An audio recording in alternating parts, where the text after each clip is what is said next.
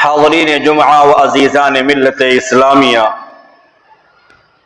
گزشتہ خطبہ جمعہ کے اندر آپ حضرات کے سامنے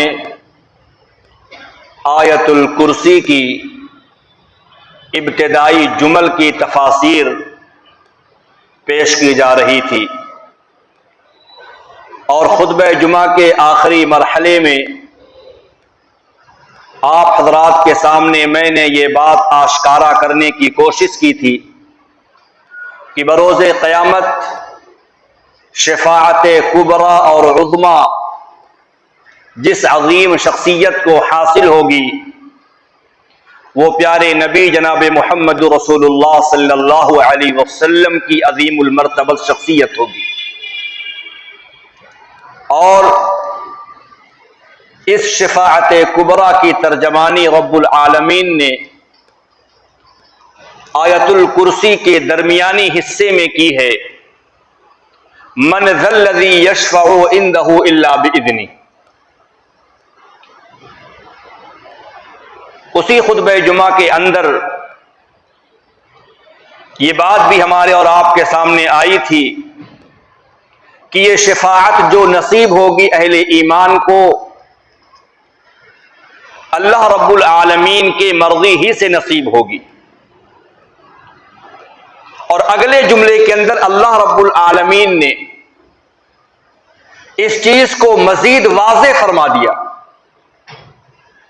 کہ شفاعت کرنا، رب العالمین کے حضور میں کھڑے ہو کر امت کو بخشوانا، امت کے لیے سفارش کی اجازت مانگنا اور طلب کرنا، یہ جناب محمد رسول اللہ صلی اللہ علیہ وسلم کو اعزاز حاصل ہوگا، اور پھر یہ شفاعت اسی مومن اور مسلمان کو پہنچے گی جس سے اللہ تعالی راضی اور خوش ہوگا۔ اہل علم نے آیت الکرسی کی تفسیر اور توضیح میں جہاں بہت سارے نکات اور علل کو بیان کیا ہے، وہیں پر یعلم ما بین ایدیہم کے تعلق کو پچھلے جملے سے جوڑا ہے کہ اللہ رب العالمین بخوبی جانتا ہے کہ بروز قیامت شفاعت کی اجازت کس کو دی جائے گی، اور سفارش کن کے حق میں قبول کی جائے گی۔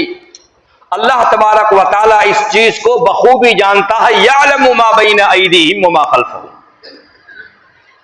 اللہ رب العالمین مخلوقات کے آگے کی تمام چیزوں کو جانتا ہے، اور ان چیزوں کو بھی جانتا ہے جو مخلوقات کے پیچھے ہے، مخلوقات کے بعد ہے۔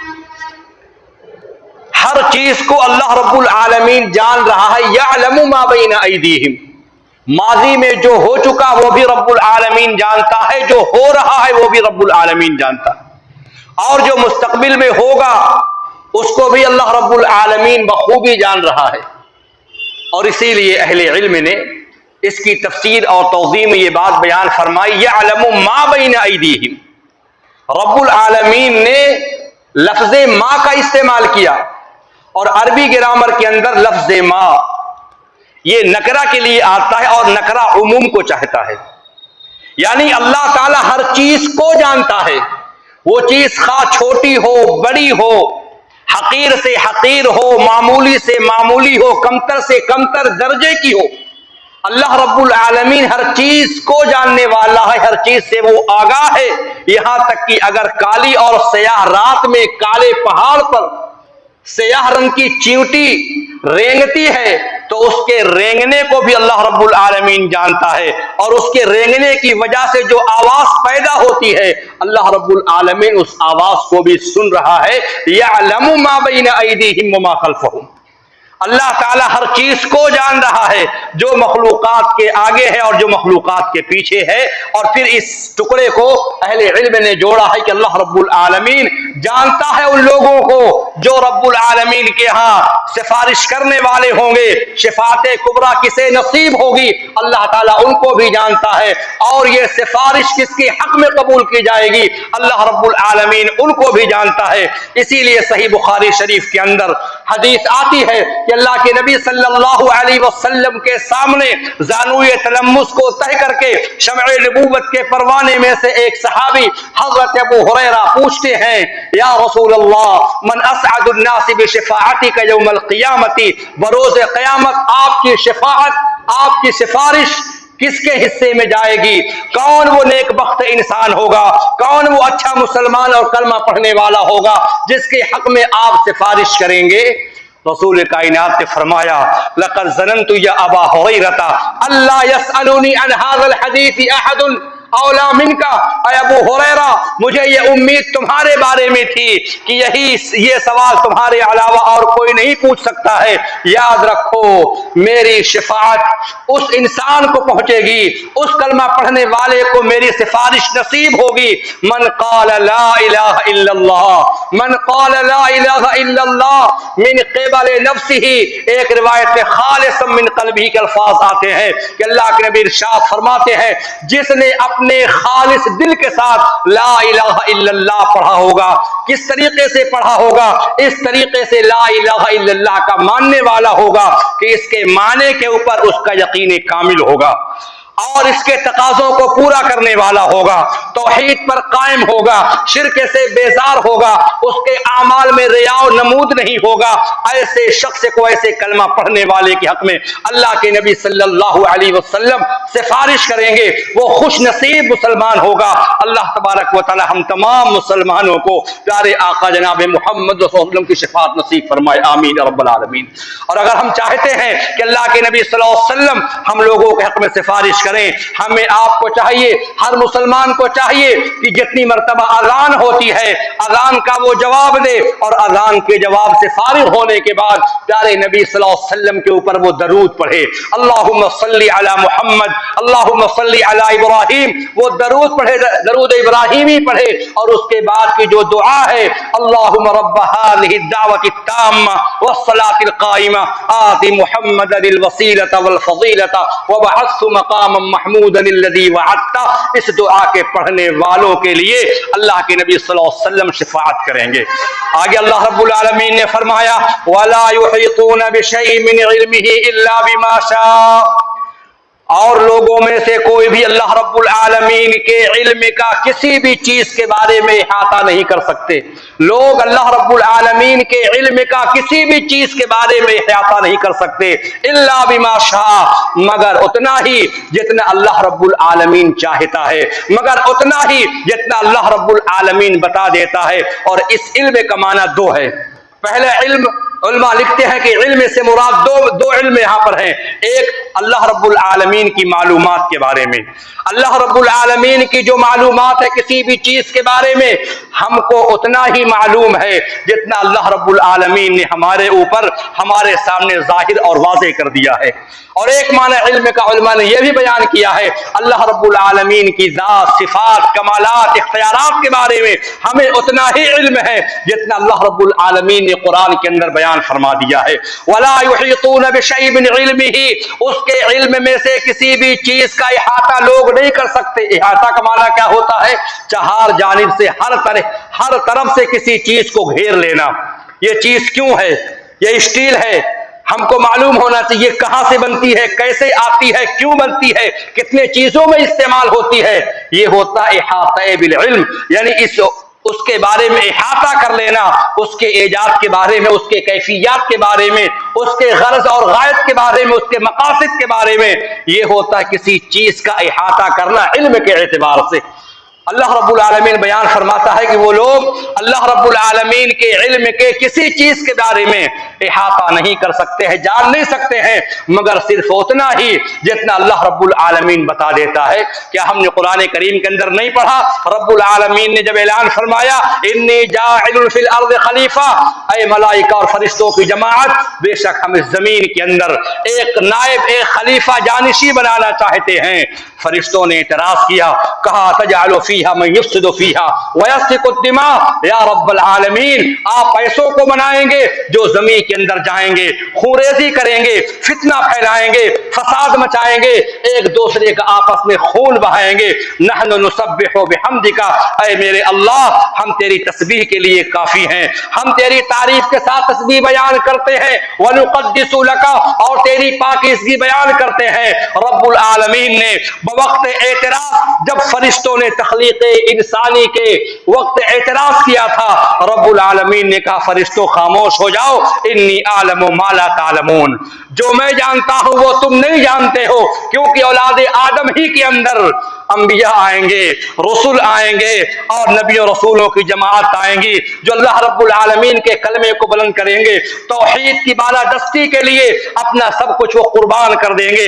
انی اعلم ما لا تعلمون، میں وہ جانتا ہوں جو تم نہیں جانتے ہو۔ پھر کیا ہوا؟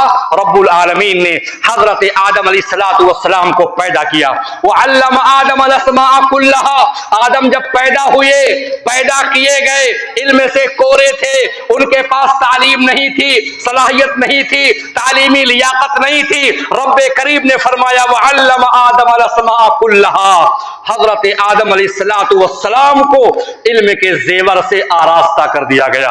اور آج افسوس ہے میرے بھائیوں، قرآن کریم کا پہلا پیغام تھا اے قرآن کے ماننے والوں، تعلیم کے میدان میں آگے آ جاؤ، اے نبی کے امتیوں، طلب العلم فریض علی کل مسلم، علم کا طلب کرنا ہر مسلمان کے اوپر واجب اور فرض ہے، لیکن ہم نے تعلیم سے اپنا واسطہ کوسوں دور کر لیا ہے۔ وقت گزر چکا ہے، زمانہ ہمیں ٹھوکر مار چکا ہے، آج ہمارا وجود متزلزل ہو چکا ہے، ہمارے اندر نہ قیادت ہے، نہ سیاست ہے، نہ قیادت ہے، آج ہمارے اندر وہ صلاحیت بھی نہیں ہے کہ ہم اپنی ایک جائز بات کسی سے منوا سکیں۔ اللہ اکبر، آج کیا معاملہ ہے، تعلیم کے اندر پیچھے ہو گئے، زمانے نے ہم کو ٹھوکر مار دیا، ہم ایک ذلیل قوم کے نگاہ سے دیکھے جاتے ہیں، ہم ایک بدمعاش قوم کے نگاہ سے دیکھے جاتے ہیں۔ آپ ذرا نگاہ اٹھا کر کے دیکھ لیجئے کہ آج مسلمانوں کے پاس کوئی ایسی تعلیم گاہ ہے جہاں پر ہمارے قوم کے بچے آزاد فضاؤں میں رہ کر دینی تعلیم کے ساتھ ساتھ دنیاوی تعلیم کو حاصل کر سکیں؟ آج ہم غیروں کے محتاج ہیں، آج ہم لوگ غیروں کے چوکھٹ پر اپنے بچوں کو لے جانے کے لیے مجبور ہیں، اور پھر دیکھا جاتا ہے، پچھلے ہفتے ہی کی تو بات ہے، ایک معصوم سا بچہ 7 سال کا بچہ، اور ہماری قوم اللہ خواب غفلت میں ہے، رب نے ہمیں موقع دیا ہم نے ضائع کر دیا، رب نے ہمیں طاقت دی ہم نے اس کو گنوا دیا، بھلا دی ہم نے اسلاف سے جو میراث پائی تھی، ثریا نے زمین پر آسمان سے ہم کو دے مارا، آج ہم کسی لائق نہیں بچے ہیں۔ معصوم سا 7 سال کا بچہ ہے، قرآن کریم کہتا ہے کسی بھی دھرم کو تم برا بھلا مت کہو، قرآن کریم کہتا ہے کسی کے معبود کو تم برا بھلا مت کہو، گالیاں مت دو، یہ جھوٹا الزام بچے پر عائد کر کے اور اس کو اسکول سے ایڈمیشن اس کا ختم کر دیا گیا۔ یہ آج ہمارے پاس کوئی تعلیم گاہ نہیں ہے، دانشکدہ نہیں ہے جہاں پر ہم آزاد فضاؤں میں رہ کر اپنے بچوں کو تعلیم دلا سکیں۔ یہ تعلیم کا جنازہ بالکل سے نکل چکا ہے۔ اگر ہسپتال کا دیکھا جائے، آج ہمارے پاس، ہمارے قوم کے پاس کوئی اسپتال نہیں ہے جہاں پر ہم اپنے بزرگوں، اپنے ماں بہنوں کا ہم علاج کرا سکیں۔ ابھی حالیہ دنوں کی تصویر ہمارے اور آپ کے سامنے ہے جس میں ایک بزرگ کو زد و کوب کیا گیا، مارا گیا، ہراساں کیا، مار کر کے پیٹ کر کے، جس کو سخت بخار تھا، علاج کے لیے وہ گیا ہوا تھا، اس کو مار کر پیٹ کر اسپتال سے باہر کا راستہ دکھلا دیا گیا۔ یہ تماچا ہے ہماری قوم کے اوپر۔ کیوں؟ ہم نے تعلیم پہ توجہ نہیں دی، ہم نے ہسپتال پہ توجہ نہیں دی، ہماری توجہ کسی اور پر مرکوز دی، بھلا دی ہم نے اسلاف سے جو میراث پائی تھی، ثریا نے زمین پر آسمان سے ہم کو دے مارا۔ اور پھر تعلیم کے میدان میں آئیے، دینی تعلیم کے میدان میں آئیے، دینی تعلیم میں بھی ہم پیچھے ہیں۔ ابھی پچھلے بازار کا واقعہ ہے، ایک نقاب پوش دوشنبہ کے دن بازار لگتی ہے، اور آپ سبھی کو معلوم ہے کہ بازار میں مرغ کی دکان لگانے والے کون سے لوگ ہوتے ہیں؟ کیا ان کے ہاتھوں کا ذبیحہ کھانا جائز ہے؟ آپ کہیے۔ ایک قرآن کا منکر، اسلام کا منکر، نبی کا گالی دینے والا، نبی کو برا بھلا کہنے والا، قرآن پر ایمان نہ لینے والا اگر اپنے زبان سے 100 مرتبہ لا الہ الا اللہ بسم اللہ اللہ اکبر زبان سے پڑھ کر کے وہ ذبح کرے تب بھی اس کا ذبیحہ حرام ہے، وہ حرام ہی رہے گا۔ لیکن ہماری بہت ساری نقاب پوش حجاب والی خواتین، ان کو دیکھا جاتا ہے، میں نے بچشمے خود مشاہدہ کیا ہے، وہ جا کر کے وہاں سے مرغے کو ذبح کرا کر لے جاتی ہیں۔ نہ ہماری غذائیں پاک صاف ہیں، نہ ہمارے کھانے حلال ہو پا رہے ہیں۔ یہ ہے تعلیم کا جنازہ، نہ ہم دنیاوی تعلیم میں آگے ہیں اور نہ عصری علوم میں آگے ہیں، اور پھر ہمیں کہنے دیا جائے۔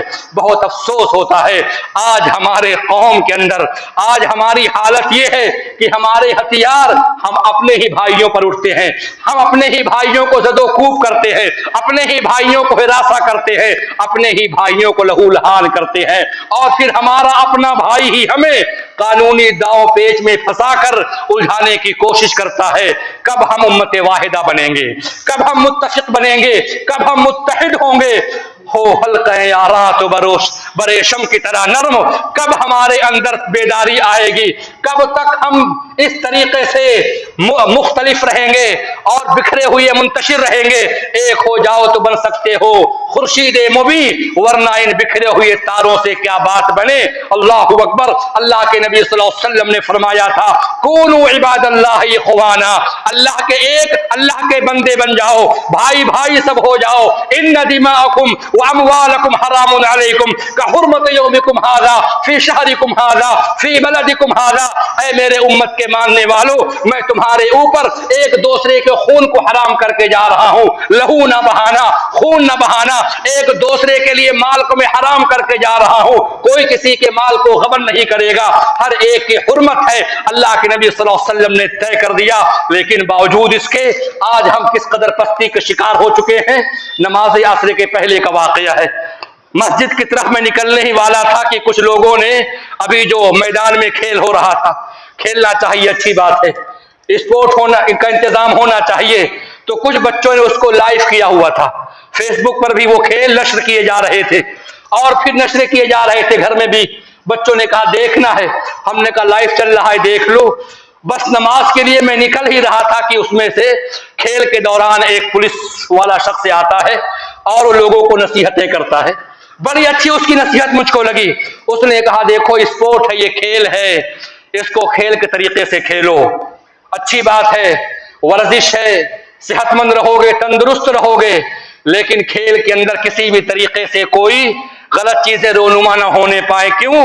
اس کے الفاظ میں نقل کر دوں، اور آپ لوگ رہے ہوں گے تو آپ نے بھی سنا ہوگا، میں نے لائیو سنا، وہ کہہ رہا تھا یہ کھیل ہے، سورج است ہونے کے بعد، سورج کے ڈوب جانے کے بعد یہ کھیل ختم ہو جائے گا، اور اگر ہم لوگ آپس میں اختلافات کر لیں گے تو رنجشیں باقی رہ جائیں گی۔ ابھی اس کا اعلان نشر ہوتا ہے، اسی کے 10 منٹ کے بعد میں وضو کر کے باہر نکلتا ہوں تو خبر آئی کہ اختلافات رونما ہو چکے ہیں۔ ہم کہاں ہیں میرے بھائیوں؟ کیا ہم متفق نہیں ہو سکتے؟ کیا ہم متحد نہیں ہو سکتے؟ قال اللہ قال رسول کیا ہم نہیں مان سکتے؟ اللہ کے نبی صلی اللہ علیہ وسلم نے فرمایا تھا کونوا عباد اللہ اخوانا، ہمارے ہتھیار ہمارے بھائیوں پر کیوں اٹھتے ہیں؟ لہذا ہم اپنے ہی بھائیوں کو ناجائز مقدمات میں پھنسانے کی کوشش کیوں کرتے ہیں؟ کیا ہمارے اندر صبر نہیں ہے؟ کیا نبی کی تعلیم نہیں ہے؟ کیا نبی کا طریقہ نہیں ہے؟ کس طریقے سے انصار و مہاجر مل کر کے رہا کرتے تھے؟ حسد، نفرت، بغض، عناد، یہ ساری برائیاں آج ہمارے اندر ہیں، اور پھر ہم روتے ہیں کہ آج ہمارا کوئی پرسان حال نہیں۔ وقت آگے بڑھ گیا، بہرحال بات کچھ اور کہنا چاہ رہا تھا۔ وعلم آدم الاسماء كلها ثم عرضهم رب العالمین نے آدم علیہ السلام کو علم کے زیور سے آراستہ و پیراستہ کر دیا، اور پھر اس کے بعد اللہ رب العالمین نے کہا انبئونی باسماء هؤلاء، اے فرشتوں کی جماعت ذرا یہ تو بتاؤ یہ کون سی چیز ہے، اس کا کیا نام ہے، اور یہ چیز کس چیز میں استعمال ہوتی ہے؟ فرشتوں نے کہا لا سبحان لک الا ما قالوا سبحانک لا علم لنا الا ما علمتنا، اے اللہ تیری ذات پاک ہے، ہمیں تو اتنا ہی علم ہے جتنا تو نے ہمیں بتلا دیا ہے۔ اللہ نے کہا یا آدم انبئہم باسماء ہؤلاء، اے آدم صفی اللہ ذرا آگے آؤ، یہ چیزیں جو میں نے بنائی ہیں، میں نے پیدا کی ہے، ذرا بتاؤ ان کے نام کیا ہے۔ آدم علیہ السلام نے ان کے نام بتا دیے، ان کے کام بتا دیے، یہ فلاں چیز ہے، فلاں چیز کے لیے بنائی گئی ہے، فلاں چیز میں استعمال کی گئی ہے۔ رب العالمین نے کہا اے فرشتوں، میں نے کہا تھا کہ نہیں کہا تھا؟ انی اعلم غیب السماوات والارض، زمین و آسمان کے غیب کو میں ہی جانتا ہوں۔ وہ کون سی چیز تھی جس نے آدم کو بلند کر دیا؟ وہ علم تھی میرے بھائیوں، جن کی وجہ سے آدم علیہ السلام کو ملائکہ اور فرشتوں پر برتری مل گئی۔ جتنا رب العالمین نے بتایا آدم نے اس کو بتلا دیا، فرشتوں کو نہیں بتایا رب العالمین نے۔ فرشتے نے کہا لا علم لنا الا ما علمتنا، یہی بات رب العالمین نے آیت الکرسی میں بیان فرمائی، ولا یحیطون بشیء من علمہ الا بما شاء، اللہ رب العالمین کے علم کا کوئی احاطہ نہیں کر سکتا ہے، کوئی جان نہیں سکتا ہے، الا بما شاء، مگر اتنا ہی جتنا اللہ تعالیٰ بتا دیتا ہے۔ اللہ تعالیٰ ہی غیب داں ہے۔ اور جب سلیمان علیہ السلام کے زمانے میں یہ بات مشہور ہو گئی کہ کچھ انسان بھی غیب جانتے ہیں، جنات بھی غیب کی باتوں کو جانتے ہیں، رب العالمین نے ان کے اس عقیدے کو باطل قرار دیا۔ کس طریقے سے؟ آپ نے پڑھا ہوگا سلیمان علیہ السلام ایک نبی بھی ہے، رسول بھی ہے، اور وقت کے بادشاہ ہیں۔